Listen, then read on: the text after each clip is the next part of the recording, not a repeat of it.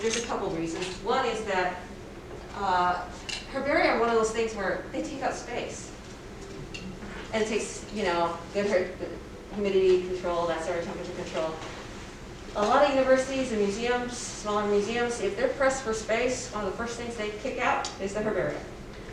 Because it's like, well, you're taking up space, you may not have a lot of people coming in to look at it, so they get rid of them. And one of the things was to get the information on the web before that happens to a lot of the smaller herbaria and smaller universities and smaller museums. It's always a worry. We ending up taking orphan collections. We took Mary Crest University had a herbarium. When they closed, we took their collection. We've done that a couple of times with other places. So it's one of those concerns. There's also the problem with a lot of smaller universities and museums, especially these days, they might be closing. If they haven't been able to weather this last year or so, there's a possibility you may see some closing. If they do, instead of letting their plants go up for sale, which they do, because there's a lot of people that like the look of them, so they'll buy them on auction. If there's a way that we can get something like that beforehand so that we can keep it in the public domain, we're going to try to do that. One of the things that's really fun is, one of the other reasons for putting this stuff online, you can tell how many people are looking at it, right? So when you come to a grant agency, you say, hey, we've got a really active herbarium. We've had this many people come and look at it since we've got it up. It's been like, 50% more, 100% more people are coming, probably actually more like 100% more. It used to be I would get maybe one or two, every couple of months I would get, a request for a herbarium. Now it's like, I may not get them, but they're actually hitting the websites and looking this stuff up, which is really cool. So you can say, hey, see, it's actually, people are interested in this stuff. So it helps. Just in, 2020 for Plants of Iowa, we had 4,500 hits from 251 individuals. It's pretty great, considering what last year was like. That's actually really good. So, about our herbarium. All this leads to the Putnam Herbarium. I know, you finally got there, right? Okay. The Putnam Herbarium started almost immediately after we started the museum. There's about 20,000 specimens. We're guesstimating on that. We have at least 19,000 that we have records for. There's a bunch of stuff that's sitting there waiting to be identified and actually processed still. So we're going to say 20,000, could be more. And that's pressed plants. The 19,000 is pressed plants and dried mosses, lichen, and algae. So there's a bunch of other stuff in there that hasn't made it on here yet. Most of it, something like 55% of it, predates 1900, which is one of those reasons they come to us for baseline information. We have actually two main, there's like the before 1900s and very early 1900s, and there's like in the 1950s, and 60s when, what was his name? Dr. Ludwig Gildner, I believe it was. He was a doctor who really preferred to do plants. He actually started thinking about doing plants when he was actually in college studying for medicine. He wanted to study medicinal plants. And so when he was here, he actually collected a huge amount of material, and he was the one who started organizing the collection again for us in the 50s. Let's see, the majority of it is from Iowa. With Illinois, a little bit less. Most of it's from Scott County and Muscatine County. The Illinois stuff is mostly from Rock Island. Can anybody guess where the next largest number of plant specimens come from? Wisconsin. New York. Oh. And here's another story. I was telling you this is herbarium tale, so here's another tale from the herbarium. Okay, New York has the greatest number. There's something like 2,000 specimens that come from New York, New Jersey, and Massachusetts, and they are due to George W. Clinton from New York. He sent us the herbarium.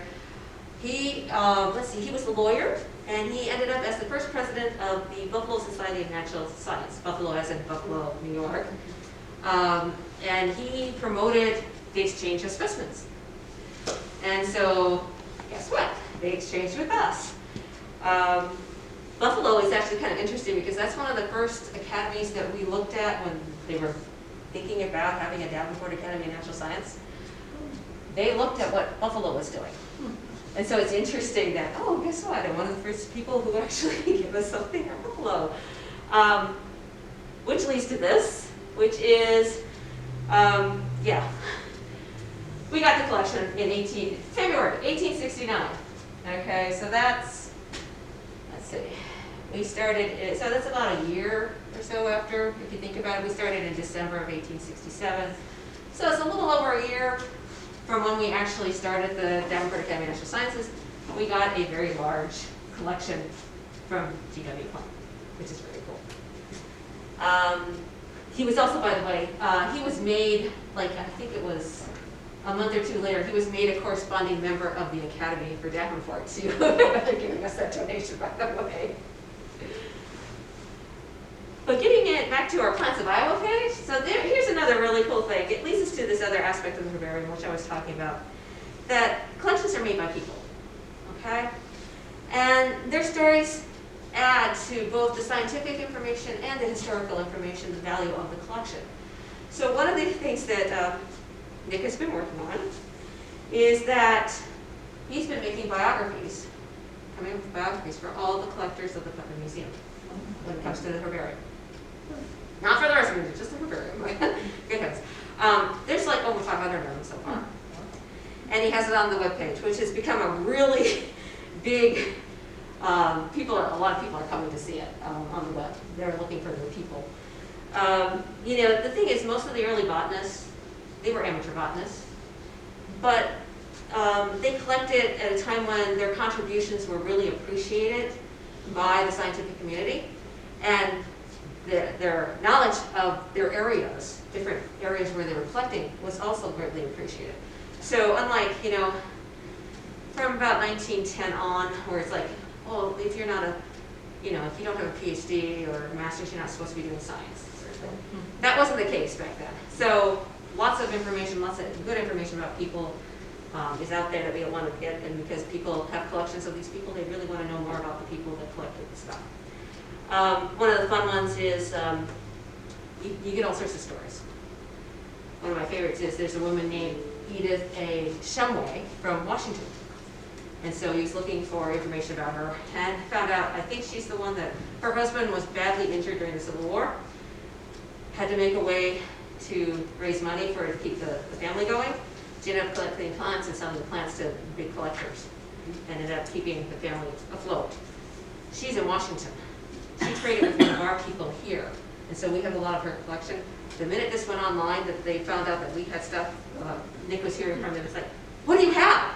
Tell us more. We want to know. How did you get it? You know, that sort of thing. So it's really cool because you're still, it's like a community, and we're still keeping that community going.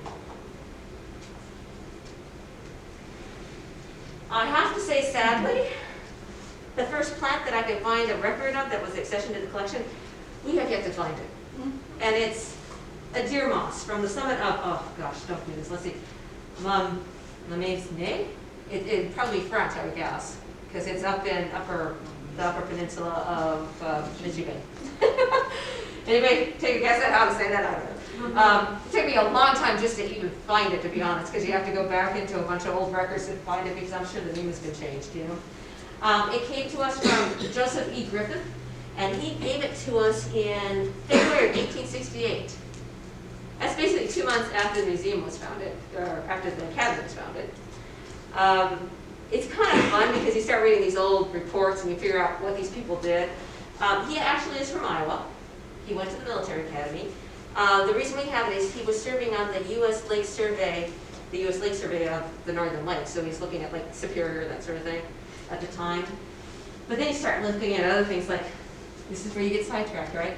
So he served in the Civil War. And come to find out, he actually is one of those heroes of Vicksburg. He actually took a group of guys in through, I guess they broke a line or somewhere, and he pulled out 20 prisoners from Vicksburg. So it's one of those where you keep going, it's like, oh, it's such fun looking at the history of these guys. So unfortunately, we haven't found it yet.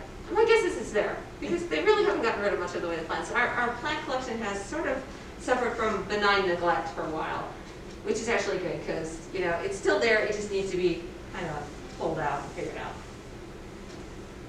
Another one we have, kind of an interesting collection. This is from 1876. It's a bound herbarium from Alfred Sanders, but Alfred Sanders died a long time before that.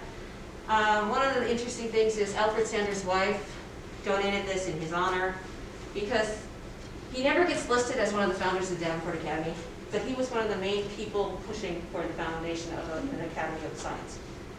He died before we were established.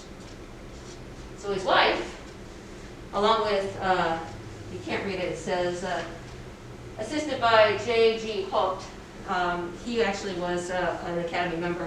They pulled Alfred's collection together, found it, and gave it to us, which is really nice.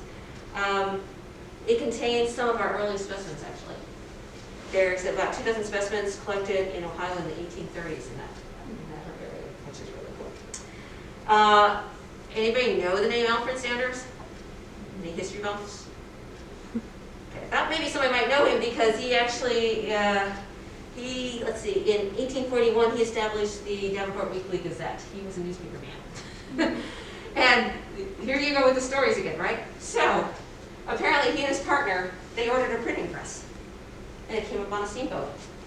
When they went to unload it, it landed in the Mississippi River. They had to pull it out. Apparently it still worked because he got it going right away. But it's just like, he couldn't write these, right? I mean, it sounds like a script. Oh, he came over this. So yes, he basically loved plants, but he also was a newspaper man and worked really hard to become a newspaper man, apparently. So I'm going to end with somebody I think is really kind of cool. This is one of those where we talk about women in science, and a lot of times we're discussing with people that come in how women have been left out when it comes to the picture in science, simply because whoever writes down her history, right? They wrote his story, not her story, right? Edith Ross is one of these people. She's late Victorian era person, okay, and into the 1900s. So everybody knows, like, it's the 2 B's for women when you were doing any sort of science.